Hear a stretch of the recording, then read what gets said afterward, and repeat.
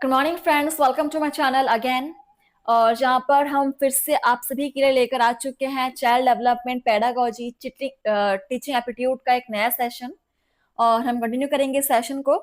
सो आप सभी क्लास को सब्सक्राइब कर दीजिएगा। देखिए आज के क्वेश्चंस क्या है। पहला क्वेश्चन आप सभी के सामने है। निःशक्त अथवा अक्षम बच्चों यानी डिसेबल चिल्ड्रन के लिए केंद्र द्वारा प्रायोजित समेकित शिक्षा योजना का मुख्य उद्देश्य है। ऑप्शंस है नियमित विद्यालयों में अक्षम या निःशक्त बच्चों को समान शैक्षिक अवसर उपलब्ध करवाना, विशेष विद्यालयों में अक्षम या निःशक्त बच्चों को शैक्षिक अवसर उपलब्ध करवाना, मुक्त विद्यालयों में अक्षम या निःशक्त बच्चों को शैक्षिक अवसर उपलब्ध करवाना, नवोदय विद्यालयों में अक्षम या निःशक्त बच्चों को शैक्षिक अवसर उपलब्ध कराना। चलिए 122 नंबर क्वेश्चन। सो अभी तक हम लोगों ने 120 क्वेश्चन सॉल्व कर चुके हैं। आप सबने कितने क्वेश्चन सॉल्व किए मुझे बताएंगे जरूर। चलिए तो देखते हैं इसका आंसर क्या हो जाएगा।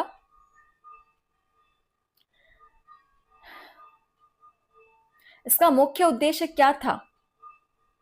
नियमित विद्यालयों में अक्षम तथा निःशक्त बच्चों को समान शैक्षिक अवसर उपलब्ध कराना, मतलब सब कुछ इंटीग्रेटेड रूप से, मतलब सबको समान रूप से एक जगह पर लेकर पढ़ाना। ठीक है, option first is correct. And next question number 23 123 actually. निम्नलिखित में से कौन सा लक्षण पठन कठिनाई से संबंधित नहीं है बोला गया है। ऑप्शन है वर्ण एवं शब्द पहचान में कठिनाई, ये तो संबंधित है। पठन गति एवं प्रवाह में कठिनाई, ये भी संबंधित है। शब्द एवं विचारों को समझने में कठिनाई, सुसंगत वर्तने में कठिनाई।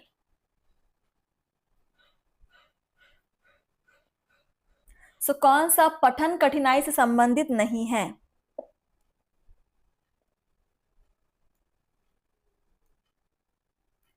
डिसलेक्सिया की बात कर रहा है।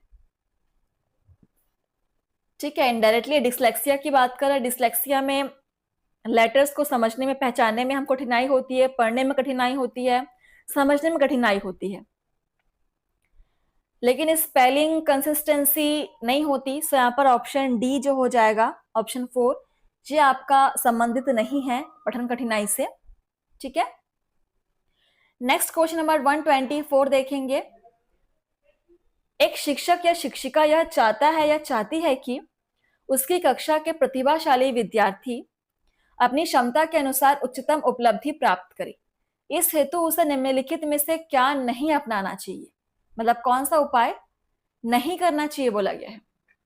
ऑप्शन है गैर शिक्षण गतिविधियों में भाग लेना तथा उसमें रुचि लेने का निर्देश देना, तनावों को नियंत्रित करना सिखाना, विशेष तैयारी के लिए सामान्य साथियों से पृथक करना, उसमें सृजनात्मकता के विकास हेतु चुनौती देना।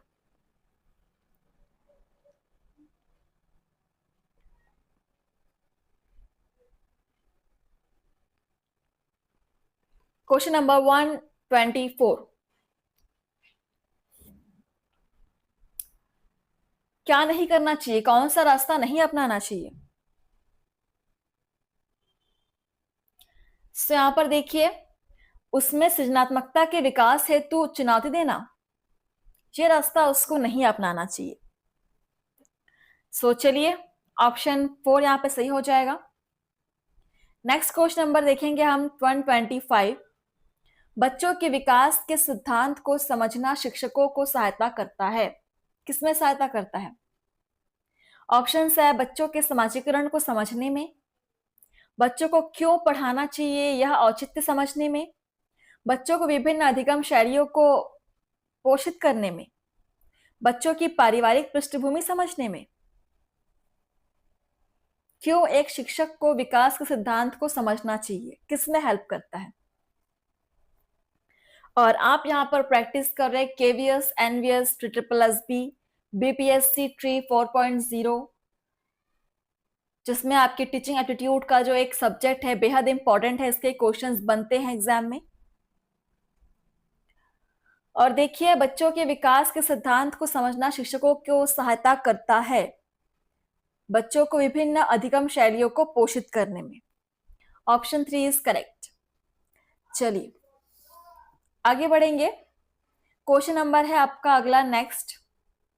अच्छा, यहां से आपका टॉपिक चेंज हो रहा है। देखिए फ्रेंड्स, अधिगम, अधिगम स्थानांतरण एवं प्रेरणा आपका टॉपिक है। Learning, transfer of learning and motivation से आपके क्वेश्चंस बनेंगे आगे। सो पहला क्वेश्चन आप सभी के सामने, अधिगम है, क्या है अधिगम? ज्ञानार्जन, जीवन की आधारभूत प्रक्रिया, आवश्यकताओं की संतुष्टि, चरण में से कोई नहीं। आपके दृष्टि में अधिगम क्या है? कमेंट सेशन में आप मुझे अपना आंसर बताएंगे। सो अधिगम जो है वो जीवन की आधारभूत प्रक्रिया है। ठीक है, बहुत ही आवश्यक आधारभूत प्रक्रिया। Option 2 is correct. Next question number 2 देखिए, निम्नलिखित में से अधिगम की विशेषता नहीं है। ऑप्शन है, अधिगम सार्वभौमिक होता है, अधिगम चेतन अचेतन अनुभवों पर आधारित होता है, अधिगम जीव को संतुष्टि प्रदान करता है, अधिगम में लक्ष्य की प्राप्ति आवश्यक नहीं होती है।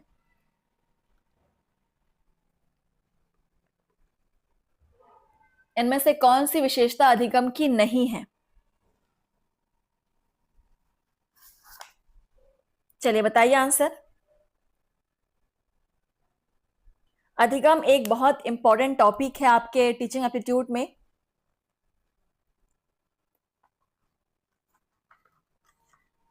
अधिगम में लक्ष्य की प्राप्ति आवश्यकता नहीं होती, ये यहाँ पर गलत बात है।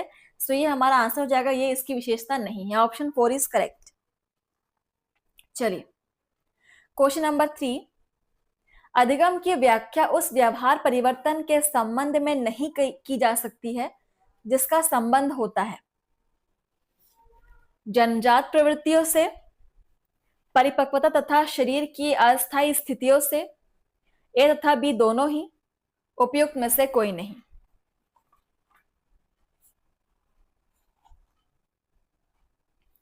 समझिए क्वेश्चन को क्या बोलना चाह रहा है कि अधिगम की व्याख्या उस व्यवहार परिवर्तन के संबंध में नहीं की जा सकती जिसका संबंध होता है।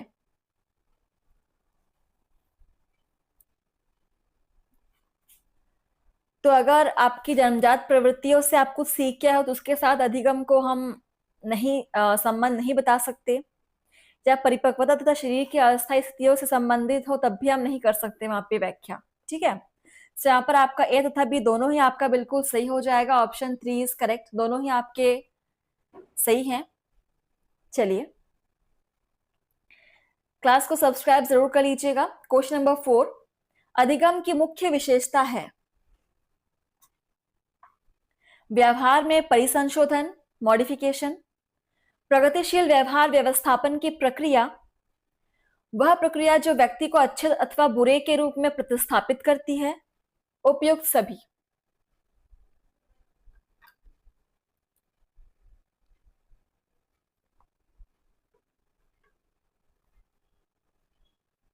क्वेश्चन नंबर 4, अधिगम की मुख्य विशेषता क्या होगी? बिल्कुल, व्यवहार में परिसंशोधन, प्रगतिशील व्यवहार की प्रक्रिया, व्यवस्थापन की प्रक्रिया, अच्छे बुरे के रूप में प्रतिस्थापित करना, ये सारे आपके अधिगम की विशेषताएं हैं। और यहाँ पे बिल्कुल उपयुक्त सभी, हमारा आंसर बिल्कुल सही होगा। Option 4 is correct. बहुत ही सिंपल क्वेश्चन से हम स्टार्ट कर रहे हैं लर्निंग अधिगम के टॉपिक से। चलिए अगला क्वेश्चन देखिए, अधिगम के संदर्भ में यह कहा जा सकता है कि अधिगम एक प्रक्रिया है, अधिगम प्रतिफल है, अधिगम प्रक्रिया तथा प्रतिफल दोनों ही है, अधिगम हर परिस्थिति में नहीं होता है।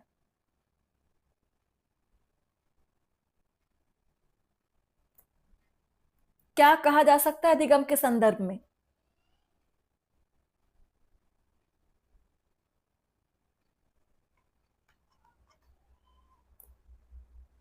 सो देखिए अधिगम जो है वो प्रक्रिया तथा प्रतिफल दोनों ही है।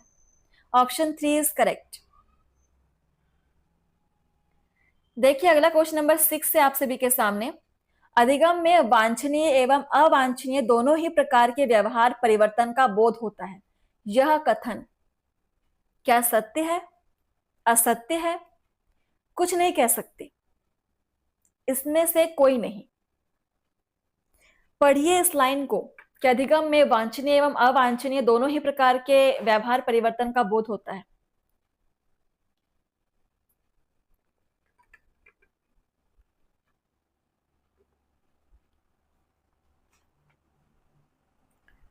सो यहाँ पर यह जो कथन है बिल्कुल सत्य कथन है। अधिगम में हमको वांछनीय अवांछनीय दोनों ही प्रकार के व्यवहार का बोध होता है। ऑप्शन फर्स्ट इज करेक्ट, बिल्कुल सत्य है। बढ़ेंगे अगले क्वेश्चन की तरफ। 7 नंबर क्वेश्चन, अधिगम में व्यक्ति स्वयं प्रभावित ना होकर समाज प्रभावित होता है। यह कथन सत्य है या असत्य है, अनिश्चित है या इनमें से कोई नहीं? अधिगम में व्यक्ति स्वयं प्रभावित ना होकर समाज प्रभावित होता है। बेहद इंपॉर्टेंट टॉपिक हमने स्टार्ट किया हुआ है, अधिगम स्थानांतरण एवं आपका प्रेरणा। ठीक है, इसके भी आपको यहाँ पर 100+ क्वेश्चंस मिलेंगे। सो आप लोग कोई भी क्लास मिस मत कीजिएगा और हो सके तो आप डेली टाइम पर क्लास अटेंड कीजिए। अपना एक शेड्यूल बनाइए कि आपको दिन में इतने घंटे आपको पढ़ना है, इतने घंटे प्रैक्टिस करनी है, तभी जाकर के आप कोई एग्जाम अचीव कर पाओगे, आप क्वालिफाई कर पाओगे। तो क्वेश्चन था हमारा कि अधिगम में व्यक्ति स्वयं प्रभावित ना होकर समाज प्रभावित होता है। यह बात क्या है? असत्य है, क्योंकि अधिगम में व्यक्ति स्वयं भी प्रभावित होता है। तो यहाँ पे बात जो है वो असत्य है, कथन असत्य है आपका, इसमें क्लैरिटी नहीं है। क्वेश्चन नंबर 8, सभी अधिगम शिक्षण का ही परिणाम होते हैं। अच्छा, ऑप्शन है अनिश्चित, सत्य, असत्य, इनमें से कोई नहीं। क्या सभी अधिगम शिक्षण का ही परिणाम होते हैं? सोचिए।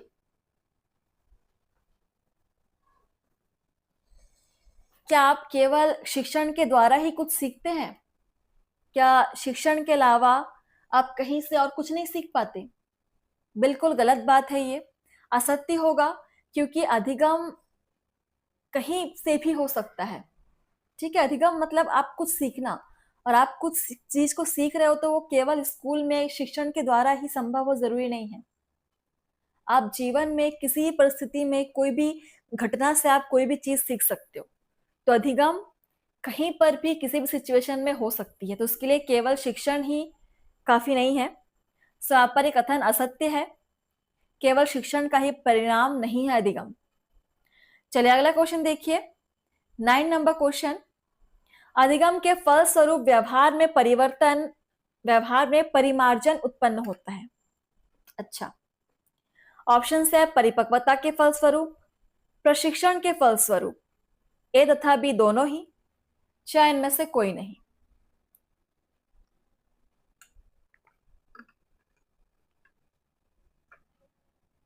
अधिगम के फलस्वरूप व्यवहार में परिमार्जन उत्पन्न होता है।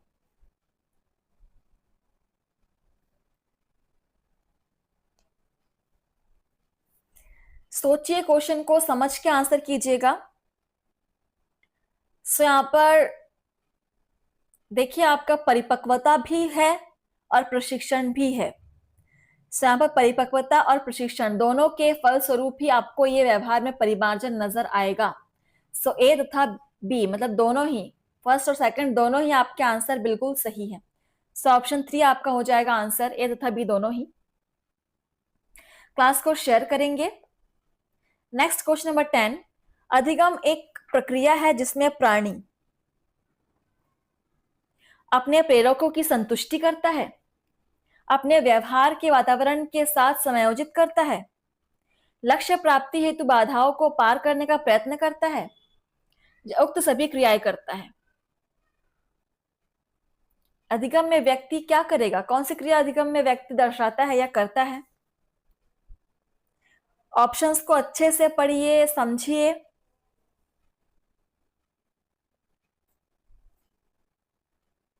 यहां पर अधिगम में व्यक्ति प्रेरकों की संतुष्टि करता है, बिल्कुल सही बात है।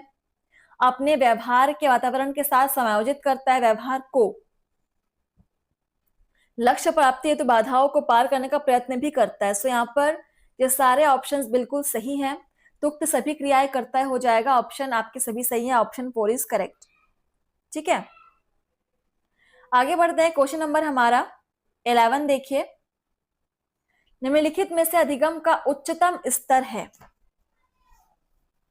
ऑप्शन है स्वायत्तता स्तर या ऑटोनॉमस लेवल, अवबोध स्तर अंडरस्टैंडिंग लेवल, अमूर्त चिंतन स्तर रिफ्लेक्टिव थिंकिंग लेवल, या में से कोई नहीं।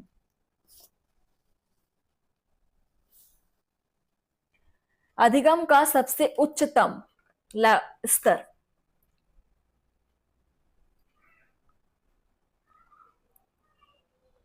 क्या हो जाएगा?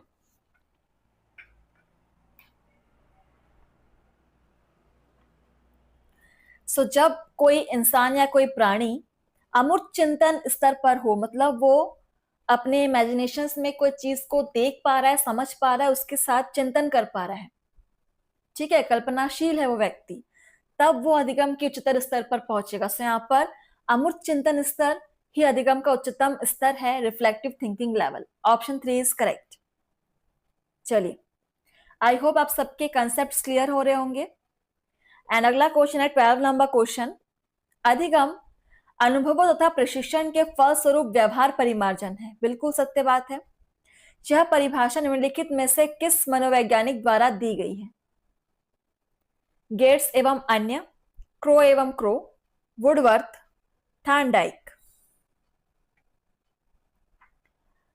और ये जो पहला लाइन है आपका, अधिगम अनुभवों तथा प्रशिक्षण के फलस्वरूप व्यवहार परिमार्जन है, इसका एक क्वेश्चन हमने सॉल्व किया अभी कुछ टाइम पहले। अब यह कथन किसके द्वारा दी गई है, किस मनोवैज्ञानिक ने कथन परिभाषा दी है, वो आपको बताना है।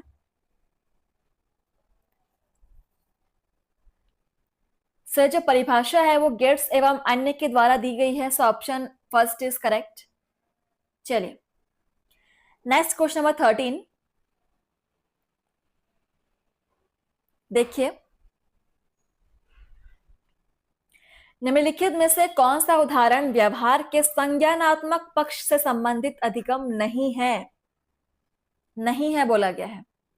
ऑप्शन है प्रशिक्षण प्राप्त करने के उपरांत व्यक्ति टंकण कार्य करने लगता है या टाइपिंग करने लगता है।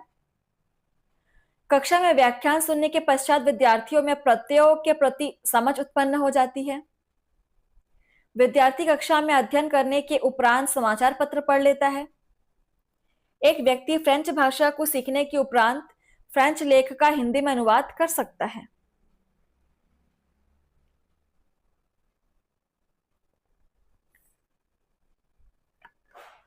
पहले आप क्वेश्चन को पढ़ के समझिए कि कौन सा उदाहरण, 4 यहां पर उदाहरण दिए गए हैं, कौन सा उदाहरण संज्ञानात्मक पक्ष के से संबंधित अधिगम नहीं है। मतलब 3 ऑप्शन यहां पर संज्ञानात्मक पक्ष के उदाहरण होंगे और एक नहीं होगा। जो नहीं है वही आपको बताना है।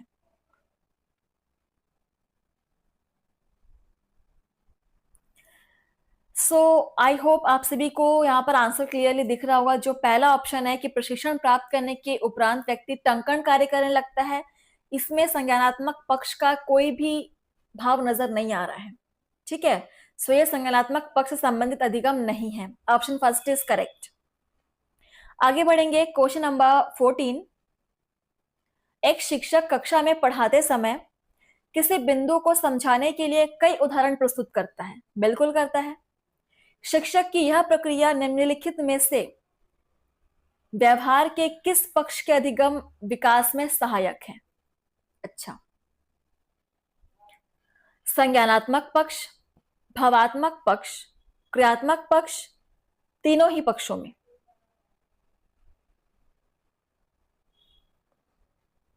समझिए क्वेश्चन को, समझ के आंसर कीजिए।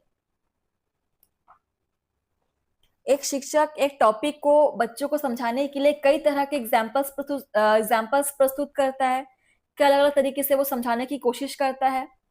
तो यह जो प्रोसेस है, तरीका है अलग अलग तरीकों से बच्चों को समझाने की कोशिश करना, यह अधिगम के किस पक्ष के विकास में सहायक है?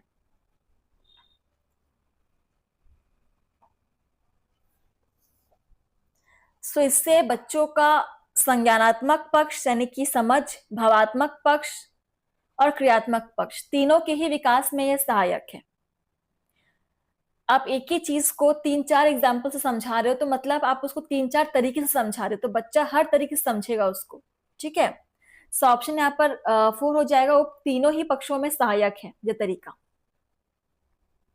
क्वेश्चन नंबर 15 देखिए, कक्षा का अधिगम वातावरण संतोषजनक व सुखद बनाना, यह निम्नलिखित में से किस अधिगम नियम पर आधारित है? ऑप्शन है तत्परता का नियम, प्रभाव का नियम, अभ्यास का नियम या ए बी सी तीनों ही।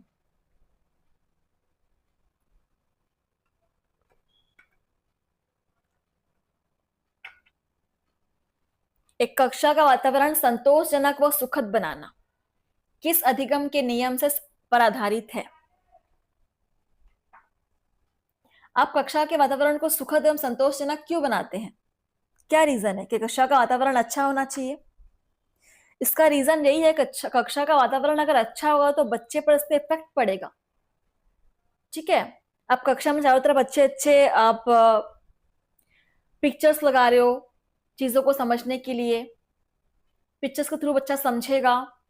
क्लास का आप हवादार रख रहे हो तो बच्चा का माइंड सही रहेगा, फ्रेश रहेगा, लाइट चारों तरफ से मिल रहा है बच्चों को। तो इससे क्या होता है, बच्चे पर प्रभाव पड़ता है, वो पढ़ने के लिए वो उसमें उत्सुकता जागती है। सो प्रभाव के नियम पर आधारित है, ये option 2 is correct. And next question number 16, और यहां पर देखिए केवल 2 ही ऑप्शन है और आंसर भी यहां पर आपका है। पढ़ते क्वेश्चन, आज का लास्ट क्वेश्चन। शास्त्रीय अनुबंधन सिद्धांत या थ्योरी ऑफ क्लासिकल कंडीशनिंग के अनुसार अनुबंधन या कंडीशनिंग के उपरांत अस्वाभाविक उद्दीपक बन जाता है असंबंधित उद्दीपक या अनुबंधित उद्दीपक। 2 ही ऑप्शन से आंसर भी आप आपको मिल जा रहा है।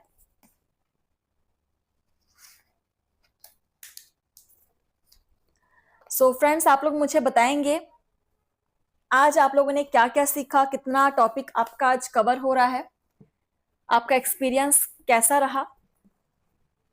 सो यहाँ पर आंसर हो जाएगा आपका ऑप्शन 2। ठीक है, तो चलिए सेशन को यहीं पर समाप्त करते हैं, लेकिन क्वेश्चंस आपके समाप्त नहीं हुए हैं। सो नेक्स्ट सेशन में हम आगे क्वेश्चन सॉल्व करेंगे, कंटिन्यू करेंगे। तो तब तक आप घर पर पढ़ते रहिए, मिलेंगे आपसे नए सेशन में। थैंक यू, धन्यवाद। चैनल को लाइक शेयर कमेंट जरूर कीजिएगा।